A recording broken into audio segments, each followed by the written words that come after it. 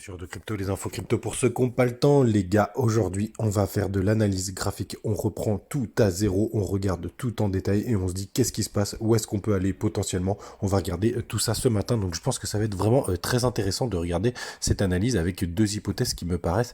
plutôt pertinentes pour les prochains jours. Du côté du BTC, donc on perd 6%, on est à 20 177 $, on est passé sous la barre des 20 700, on a aussi Ethereum qui perd 10%, on est en dessous des 1500 $, le reste de la map est assez rouge, on a ADA qui perd 9%, on a Shiba qui perd aussi quasiment 9%, on a aussi Avax qui perd quasiment 9%, bref, il n'y a que Léo qui se tient à peu près avec un plus 0,7% et il y a Atom qui perd même jusqu'à 14%. Donc première étape les gars, où est-ce qu'on en est du côté des long short ratio? Tout simplement les gars, on a encore une majorité de longues puisqu'on est à 65%, il y a eu un peu d'ouverture de short là vous voyez sur cette petite montée et aussi sur l'open terrestre et surtout sur le spot ça n'achète toujours pas. Donc de ce côté là,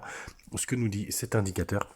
c'est que la baisse n'est pas terminée. C'est ce que nous dit cet indicateur. Ensuite, on va passer sur du daily avec la première hypothèse, une hypothèse assez intéressante. La première, tout simplement, puisqu'on est sur cette zone de rechargement de longue. Donc la zone de rechargement de longue, c'est entre les 0,618 et les 0,786. Donc on est en plein sur cette zone. Là, on est en train de travailler justement cette fameuse trendline. Donc voilà ce que nous dit. Donc ça, surtout cette zone jusqu'au 19 200, ça peut être une très bonne zone de rebond et je vais partager ça avec ça, je vais le coupler avec le tweet de CryptoSauce qui nous dit voilà la target principale, enfin une des targets de ce fameux bear flag c'est 19 300, donc grosso merdo c'est sur cette zone de rechargement de longue, donc c'est tout ce que je vous ai partagé sur Twitter. Ça c'est la première hypothèse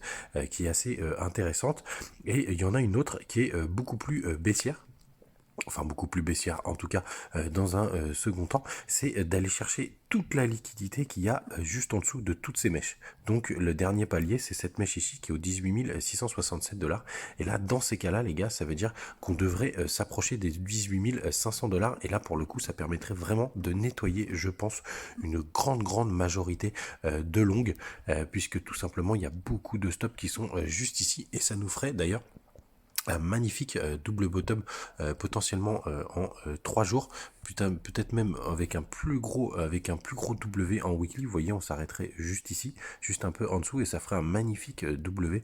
juste là. C'est une des hypothèses aussi qui peuvent être probables. Je crois que c'est la principale de CMA avec ces Elliott Wave et aussi justement le calcul des fameux bear flag, et donc dans ces cas là le signal ultra bullish si jamais c'est ce scénario et qu'on s'arrête là, ce serait de venir casser la neckline du W et donc cette résistance importante des 25 000 $. Ça c'est vraiment pour moi les deux hypothèses les plus probables, en tout cas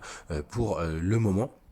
Puisque si jamais on devrait descendre beaucoup plus bas, j'en discutais avec Rémi, le trader de la team, d'ailleurs n'hésitez pas à nous rejoindre sur Telegram, on partage beaucoup de choses, et je pense qu'il n'y a qu'une guerre qui pourrait nous faire péter c'est vraiment ces plus bas, ou alors que tout le monde soit beaucoup trop bullish quand on arrivera sur cette zone.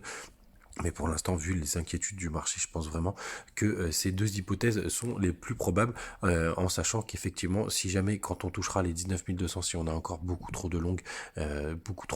qui sont positionnées en leverage, là pour le coup les gars, sûrement qu'on ira chercher cette poche de liquidité aux 18 500 $. Les gars, voilà, vous savez tout. Comme je vous disais, n'hésitez pas à nous rejoindre sur le groupe Telegram, on partage toutes ces informations en amont, on parle de trading, même si pour l'instant, moi je vais me calmer un petit peu puisqu'on est sur une zone assez complexe. Les gars, faites attention à vous, on se retrouve comme d'habitude demain, ou un petit message ce soir si jamais il s'est passé quelque chose. Salut!